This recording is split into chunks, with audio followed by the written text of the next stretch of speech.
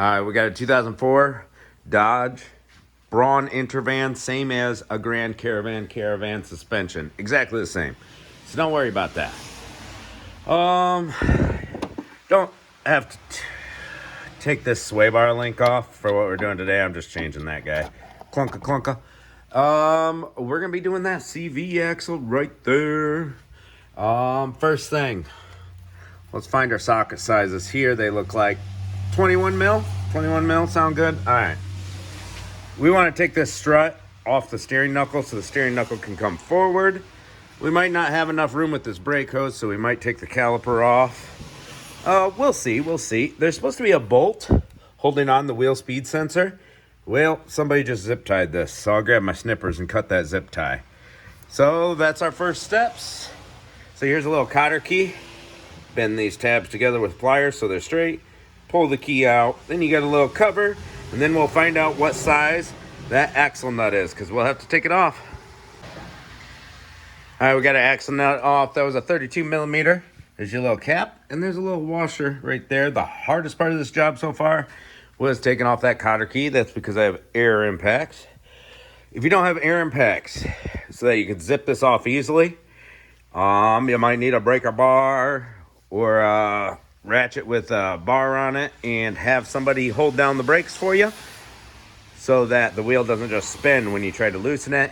Or put a block of wood on the brakes, pinch it between the seats. One thing you need to know about these strut bolts, they're like press-in style. See these little press guys? All right, so what you do is you zip off the nuts, and most of the time the head doesn't turn unless the presses are worn out. One of these was, so I had to put a 21 millimeter wrench on this end while I use my air impact to zip it off on this end. So, no air tools, do it by hand. Now, these are pointy on the end, sticking out this way. So you got to hammer them out past the press plates for them to come out. And then you got to give it a little wiggle jiggle. If they're all corroded like this one, they might be stuck in there. The top one was stuck in there. I had to hammer the crap out of it. So, spray it down with some PB Blast or something if you have to. Now we're just going to take this and we're going to pull it. Now it's disassembled. And see this little hole here on the CV axle? Hit that with an air chisel. Don't know what an air chisel is? Bada boom, there's an air chisel. But with a pointy bit, you grab one of your pointy bits, or you take a punch and a hammer. If you don't have an air chisel, put it right in that point so that it loosens from the splines of the hub assembly. Now we can pull this out of here. We're changing the CV axle. That might be enough room for us, might not. You see how the brake hose is almost at its limits? I think the brake hose is restricting us right now. Plenty of room on the wheel speed sensor once you get it unbolted. So we're going to take this caliper off, or we can turn the wheel, one of the two. I would rather not stretch that brake hose anymore. See that? It's got a little play in it, but you could tell it's coming back like that. So after you get your axle nut broke loose, next thing, take the brakes off. There is, I believe, we don't have our flashlight on, Allen or Star bits right there. One of the two. I'll let you know. We just need the caliper to come off. We don't have to mess with the pads. And well, it's got that little clip on it. So we got to take this clip off. We don't have to mess with the mounting bracket. All right, that was a 7 millimeter Allen head right there on those. See, they sink into the rubber. You can't see them. If you have trouble with these, they won't come out. Get yourself a little screwdriver, press them back. There you go. When you put them on and take them off, you want that bolt to be clear of that little gap. We got to do that to the bottom one too. Let her push out. And if these are dry and not greased, throw a little brake grease on them while you're in there. Let's not forget about our little clip here. Taking it off is a lot easier than putting it on. But you can use yourself a little screwdriver and give it a little pop-a-roo if you're reusing it. Don't bend it. See, they hook in right there. So this whole thing needs to go back. but you can't really do that. So if we depress the caliper a little bit, put a screwdriver right in the rotor, don't stretch the brake hose, just kind of press it back. Let's get a little looseness going. There we go. Hard to do this while filming with one hand. Just use the stand. That one doesn't want to bend.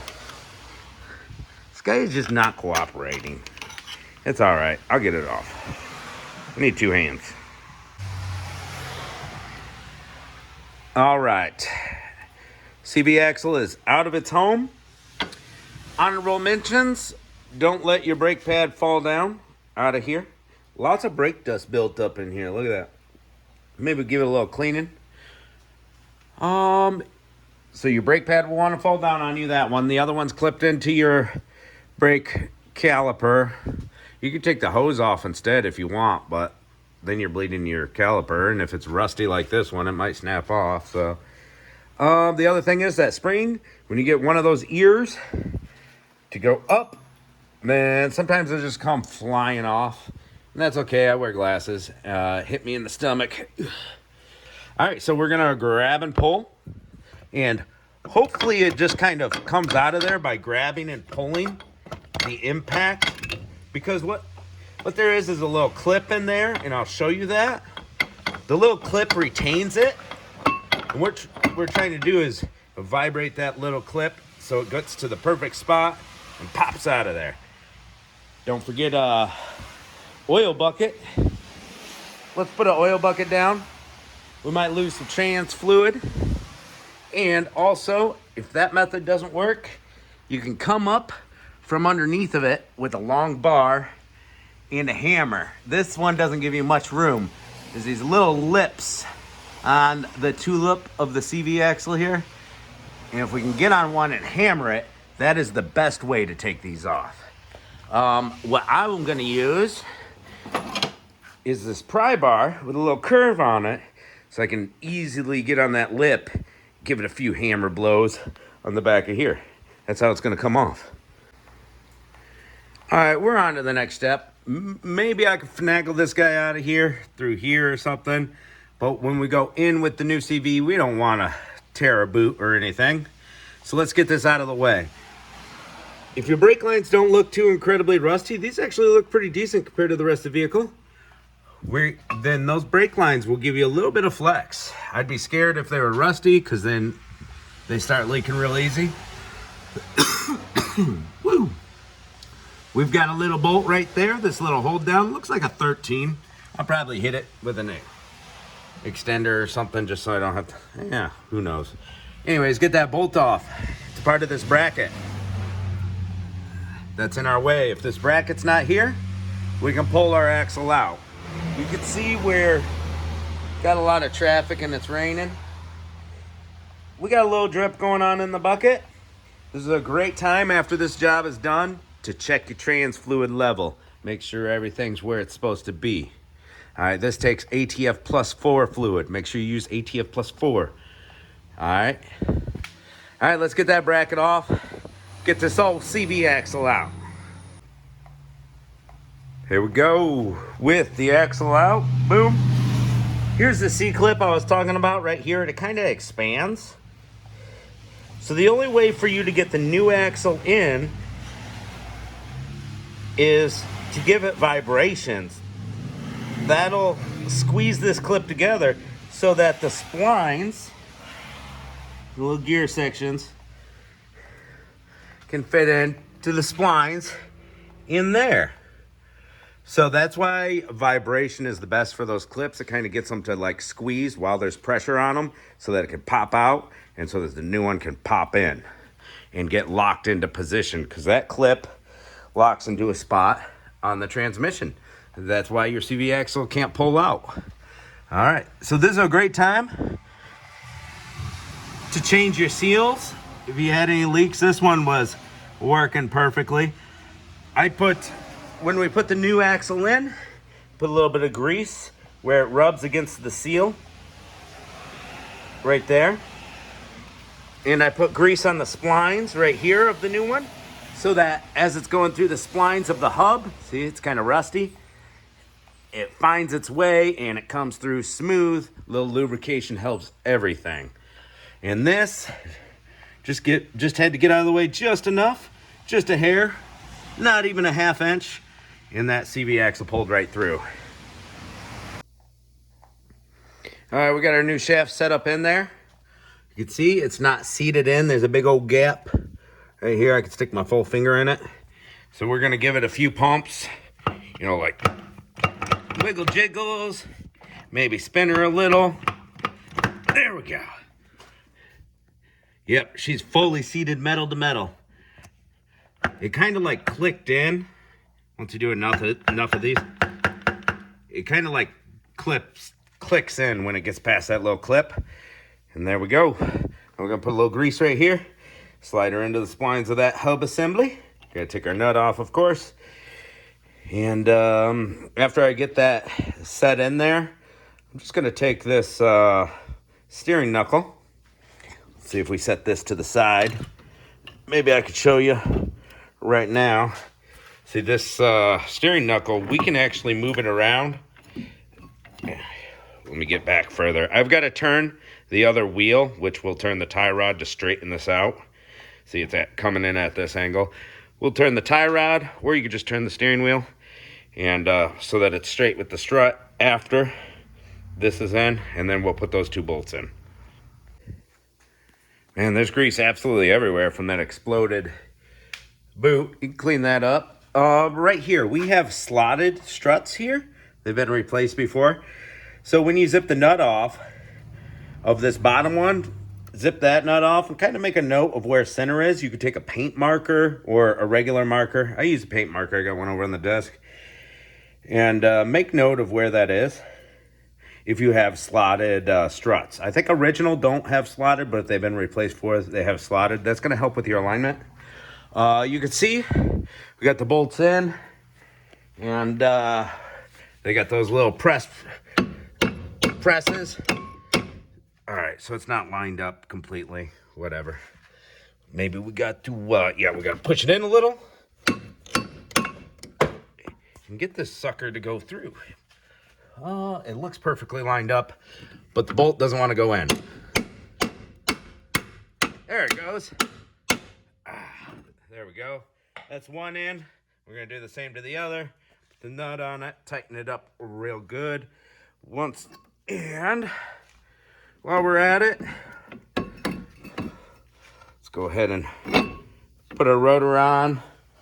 I'm going to throw 1 lug nut on just so the rotor stays still while I'm putting the brakes together. It helps. We press that caliper in a little bit. So we should slide right over this rotor with both pads. Once I put the outside pad in, we should slide right over it, easy peasy. But before you take off, when you start the vehicle, pump that brake pedal a good 5-10 times so this caliper is back to being real close to the rotor so that you have good brakes. That's important. Importante. All right, we got the washer, and we got a new nut. We're not using that nut. Came with a new nut. There we go. We're just going to get that in place. We're not going to tighten it down right now. There's a torque specification on this, and I'm going to tell you guys that. That'll be the last thing I say. There we go, all the way by hand. We're going to go ahead and get those done. Put our brake pad back in here, our outside brake pad. Put our caliper on, put our little spring clip on. I might show you that. All right, and then we'll do a little follow-up here. All right, my dudes, we got it all put back together pretty much. Don't forget about that little bolt for your brake line bracket. Yeah, this guy's rotted or snapped off right there. Somebody's handiwork in the past. All right, if you got any grease, see that little grease spot, hit it with a little brake cleaner on that rotor. I think I got that on there when I was pushing it forward. Steering knuckle into that. All right, axle nut torque specs, 244 foot-pounds. That covers 1990 all the way to 2004. No, all the way to 2007, I just checked. Front wheel or all-wheel drive, doesn't matter.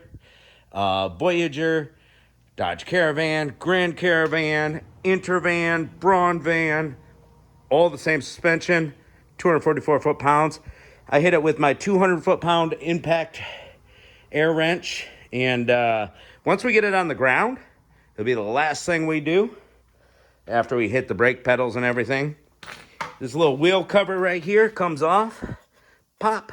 Once it's on the ground, we need to get 244 foot-pounds of torque on that sucker. We'll have somebody hitting the brakes or put a board on the brake. I'll grab out the mega torque wrench, super long one, and we'll hit it to 244 foot-pounds. Then after that, we got this little guy. Little guy goes on there. Little guy goes on there. And little pin goes through the hole. Cotter key. All right, anything else? Oh yeah, how I got the spring on. These used to piss me off when I was young. These guys, because I didn't know how to do it right? You put the hook in this side, and this guy sits in its home. Now at that point, these are going to be sitting back here, like a line like this. So you push this tab forward. I just do it with one finger till it locks almost in its home. It's going to stick out a little bit. And then this guy is going to be too far up and above right here.